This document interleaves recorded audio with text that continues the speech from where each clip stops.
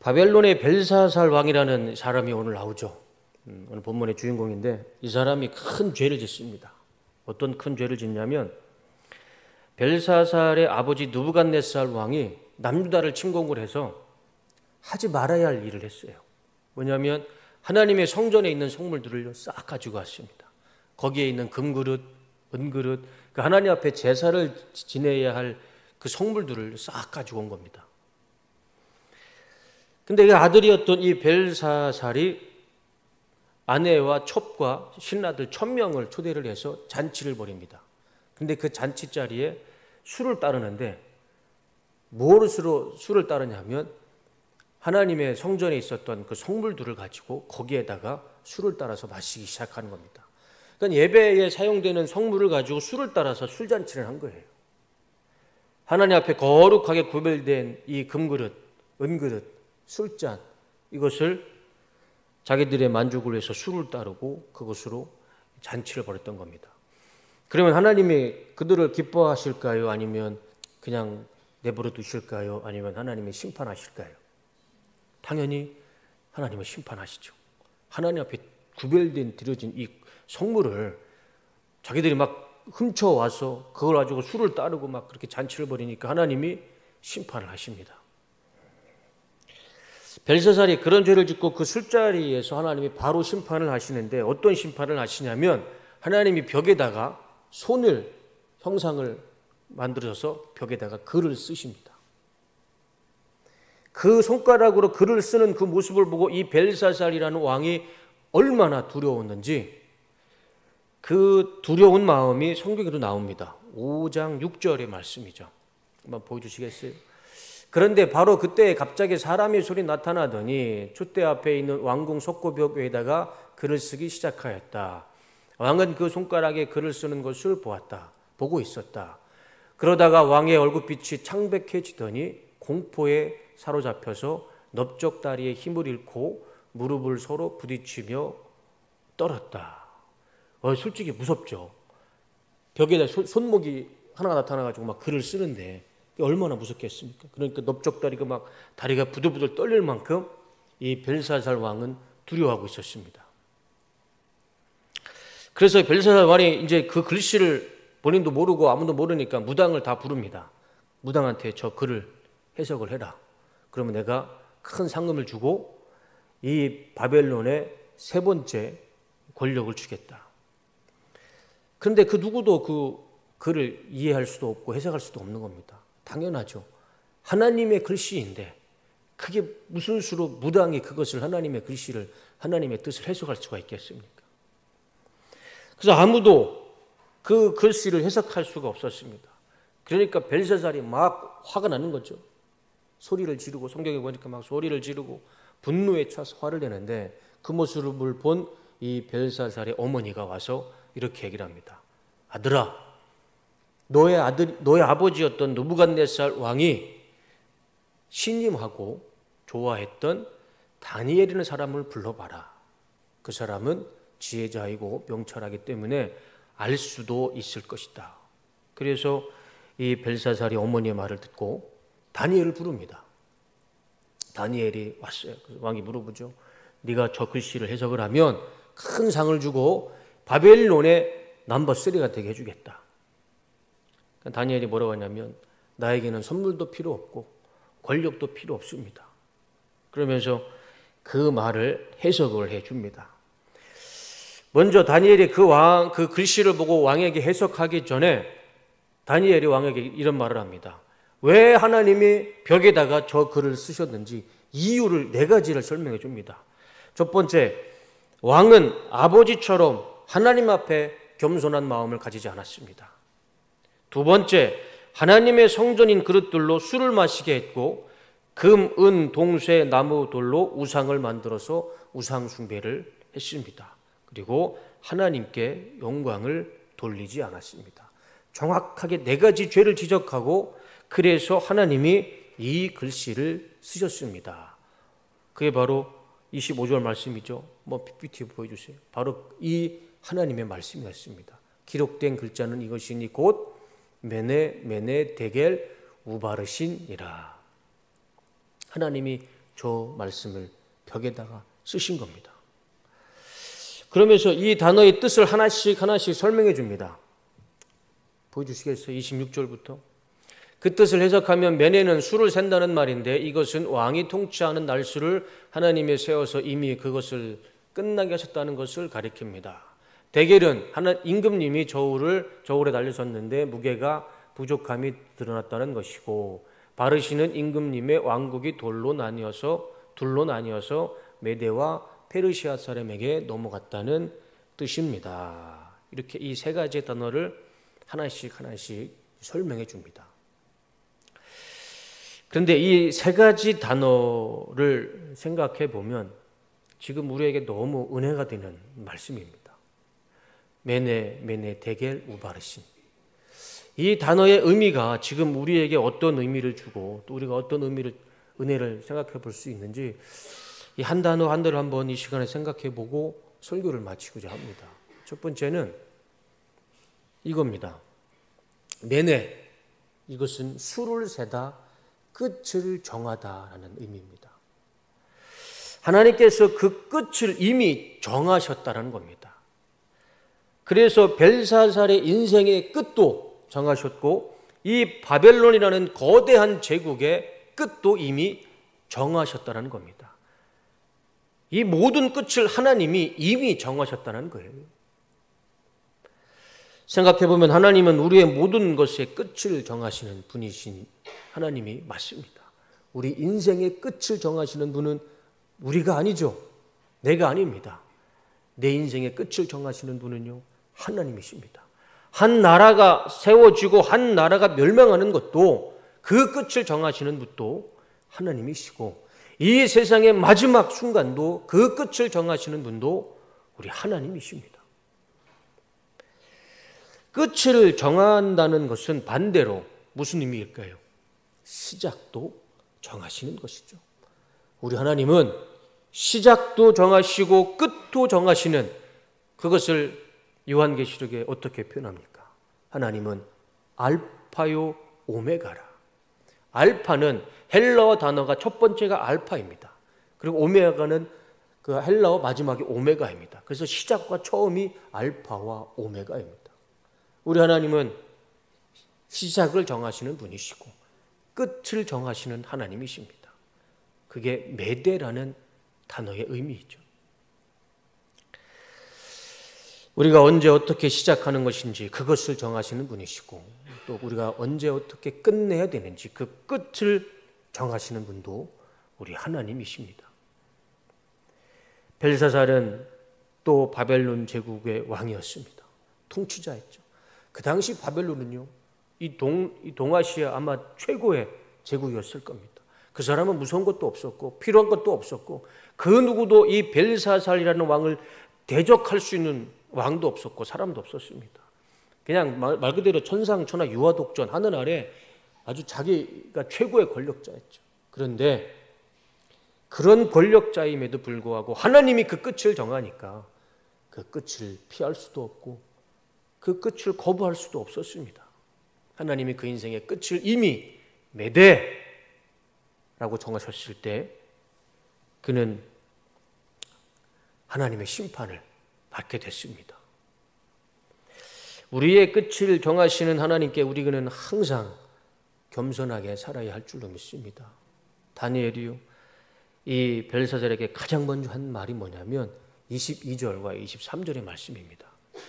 느부갓네살의 아드님이신 벨사살 임금님은 이 모든 일을 아시면서도 마음을 겸손하게 낮추지 않으시고, 첫 번째, 왜 하나님이 이 벨사살의 인생의 끝을 정하셨냐면 하나님 앞에 마음을 겸손하게 내려놓지 못했던 겁니다. 느부갓네살 왕이 어떤 왕입니까? 느부갓네살 왕은요, 하나님이 유일한 신이라고 고백했던 사람이었어요. 그런데 느부갓네살 왕이 하나님의 기적을 보고도 하나님을 섬기지 않았습니다. 그의 아들이었던 벨사살은요, 그걸 다 보았습니다. 그러니까 저렇게 표현하는 거예요.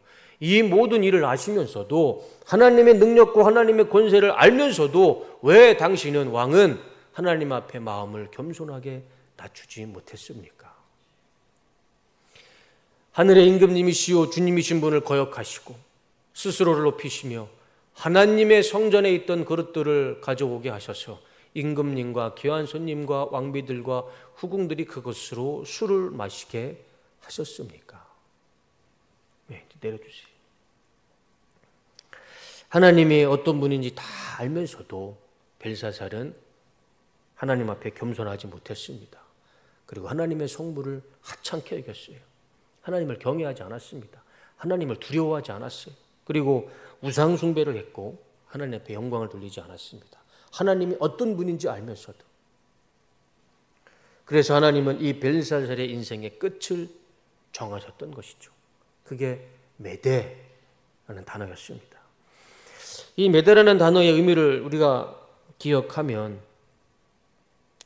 우리 인생의 끝도 하나님 손에 달려 있음을 깨닫게 됩니다. 우리는 하나님 앞에 겸손하게 살아가야 할 줄로 믿습니다.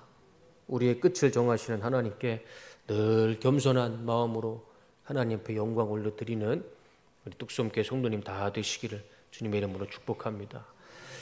두 번째는 대겔이라는 단어입니다. 이 대겔은 이 저울을 달다라는 의미있죠. 27절 말씀을 한번 보여주시면 대겔은 저울을 단다는 말이며 왕이 하나님의 저울에 달린 결과 표준에 미치지 못했다는 것을 뜻합니다. 하나님이 왜 벨사살이라는 왕과 또 이 바벨론이라는 이 거대한 제국의 끝을 정하셨냐면 이유는 한 가지였어요. 하나님의 기준에 미치지 못했던 겁니다. 하나님의 기준, 하나님의 표준에 미치지 못하니까 하나님이 그 끝을 정하셨던 거예요. 벨사살이건 바벨론이건 하나님의 기준, 하나님의 표준에 미치지 못했던 겁니다. 우리 하나님은 우리의 삶을 저울하시는 분이십니다. 하나님의 기준에 맞게 사는지 하나님의 기준에 맞지 않게 살아가는지 우리 하나님은 우리의 삶을 저울하시는 분이십니다. 그리고 하나님의 기준에 맞지 않는 자는 기준에 맞지 않는 하나님의 심판이 있을 것이고 하나님의 기준에 맞는 자는 하나님의 기준에 맞는 하나님의 은혜와 축복이 반드시 있을 줄로 믿습니다. 우리는 하나님의 기준에 살아가는 성도의 삶이 되어야 할 줄로 믿습니다. 바벨론과 이 벨사살 왕은요 하나님의 기준에 미치지 못했습니다. 그래서 하나님이 그날 밤에 벽에 쓰신 그날 밤에 이 바벨론과 벨사살을 심판하십니다. 그 큰 거대한 제국이요 하루아침에 무너집니다. 전쟁도 일어나지 않고. 하나님의 기준은 분명합니다. 벨사살이 죽어야 했던 이유를 하나님은 명확하게 말씀하시죠. 5장 22절과 20절 다시 한번 보여주시겠습니까? 네 가지입니다. 첫 번째, 하나님 앞에 겸손하지 못했습니다. 두 번째, 하나님을 두려워할 줄 몰랐습니다. 또 세 번째, 우상 숭배를 했습니다. 또 네 번째, 하나님께 영광을 올려드리지 못했습니다. 이 네 가지 이유로 하나님은 그 기준에 맞추지 않았기 때문에 벨사살과 바벨론을 그날 밤에 하나님은 심판하셨던 겁니다. 만약에 지금 제가 하나님의 이 벨사살에게 똑같은 저울로 제 삶을 하나님 앞에 하나님 저울에 올려놨을 때는 저도 크게 그렇게 자신 있지 않습니다. 저도 하나님 앞에 하나님의 저울에 올라갔을 때 제 삶이나 이 벨사살의 삶이나 저는 크게 다르지 않다라고 봅니다. 저도 하나님의 기준과 하나님의 표준에 한참 모자란 사람인 것은 분명한 사실입니다. 그럼에도 불구하고 제가 이렇게 살 수 있는 것은 이것이 예수님의 은혜이고 이것이 예수님의 십자가의 보혈의 은혜이고 의롭다 인정해 주시는 하나님의 은혜임을 믿습니다. 우리가 하나님의 은혜가 없으면 우리는 이렇게 한순간도 숨을 제대로 쉴 수 없는 하나님의 저울에 하나님의 기준에 표준에 미치지 못하는 벨사살과 같은 인생을 살아가는 연약한 인생이지만 그럼에도 불구하고 하나님 우리를 축복해 주시기에 예수 그리스도의 은혜가 있기에 우리는 오늘도 하나님 은혜 가운데 살아가는 줄로 믿습니다. 우리가 벨사살이라는 인물을 통해서 한 가지 깨닫게 되는 것은 하나님은 우리의 인생의 저울을 달고 계신다는 사실이죠. 이 벨사살이라는 사람처럼 하나님의 기준에 벗어나는 삶이 아니라 하나님의 기준에 합당하고 하나님의 표준에 합당한 삶을 살아갈 때 그에 따른 하나님의 은혜와 축복이 우리 삶 가운데 반드시 임할 줄로 믿습니다. 세 번째, 마지막으로 보면 이 우바르신이라는 단어인데 이것은 나눈다라는 의미가 있습니다. 나눠준다는 게 아니고요, 반으로 나눈다라는 의미죠. 28절 말씀을 볼까요? 그리고 바르신은 나눈다는 뜻입니다. 이것은 왕의 나라가 나누어져 메대와 바사 사람에게 주어질 것을 가리킵니다. 메대와 바사로 바벨론이 갈라진다. 다니엘이 이 단어의 뜻을 풀이해 주니까 이 벨사살 왕이 너무 기뻤습니다. 그래서 다니엘에게 선물도 주고 세 번째 권력도 줍니다. 그리고 나서 벨사살이 그날 밤에 이 다리오라는 사람에게 죽습니다. 이 다리오는 메대 사람인데 이 메대 사람 다리오에게 이 벨사살이 죽어요. 그리고 나라 이름도 바벨론에서 메대, 바사, 페르시아로 바뀌게 됩니다. 여러분, 인류 역사 가운데 이렇게 하루아침에 왕이 죽고 나라가 바뀐 경우가 있을까요? 쉽지 않을 겁니다. 하루아침에 왕이 죽고 나라의 국호가 이름이 바뀌어버렸습니다. 전쟁도 이루지 않고. 이 다리오라는 사람은 다니엘에게 사자굴에 던졌던 사람이죠. 이 다리오라는 사람이 바벨론을 한순간에 무너뜨렸고 나라 이름도 바꿔버렸습니다. 언제? 하나님이 벽에 쓰신 그날 그 저녁에 하나님은 이미 정하셨고 이미 그 기준과 표준에 미치지 못했던 벨사살과 바벨론은요, 그날 아침에 그날 저녁에 하나님이 완전히 심판하셨던 모습을 볼 수가 있습니다. 그래서 말씀 그대로 하나님은 끝을 정하셨고 벨사살의 삶을 나누셨고 그의 나라도 나누셨던 것입니다. 그것이 메네 데겔 우바르시라는 말씀의 뜻이 되는 것이죠. 우리의 생명과 죽음도 하나님은 나누시는 분이십니다. 우리의 축복과 저주를 나누시는 분도 하나님이시고 우리의 질병과 치유도 나누시는 분은 하나님이십니다. 그리고 우리의 부와 가난도 나누시는 분도 우리 하나님이심을 믿습니다. 우리 인생의 모든 것을 나누시는 분, 그분은 우리 하나님이신 줄로 믿습니다. 벨사살이라는 인생을 통해서 우리가 두 번째로 깨달아야 할 진리는요, 하나님은 우리의 삶을 나누신다는 것입니다. 하나님은 끝을 내시는 분이십니다. 그러니까 우리는 그 끝을 내시는 하나님을 우리가 최선을 다해서 내 힘을 다해서 나의 기준이 아니라 하나님의 기준으로 하나님의 표준에 맞게 삶을 살아갈 때 그 끝에 하나님의 은혜와 축복이 반드시 있을 줄로 믿습니다. 언젠가는 우리도 하나님의 저울 앞에 아마 설 날이 있을 것입니다. 그럴 때 우리가 정말 하루하루 하나님의 기준에 도달하고 하나님의 표준에 맞게 노력하며 살아갈 때 벨사살의 그런 어리석은 삶의 끝이 아니라 정말 하나님의 기준과 표준에 합당한 하나님의 복된 삶이 되시는 우리 뚝섬교회 모든 성도님 되시기를 주님의 이름으로 축복합니다. 지금 내 삶 가운데 갈라진 것이 있다면 그 이유는 분명 나의 잘못과 실수가 있을 것입니다. 벨사살이 그랬잖아요. 벨사살이 왜 그 끝이 정했고 왜 나라가 망했고 왜 그의 목숨이 죽었습니까?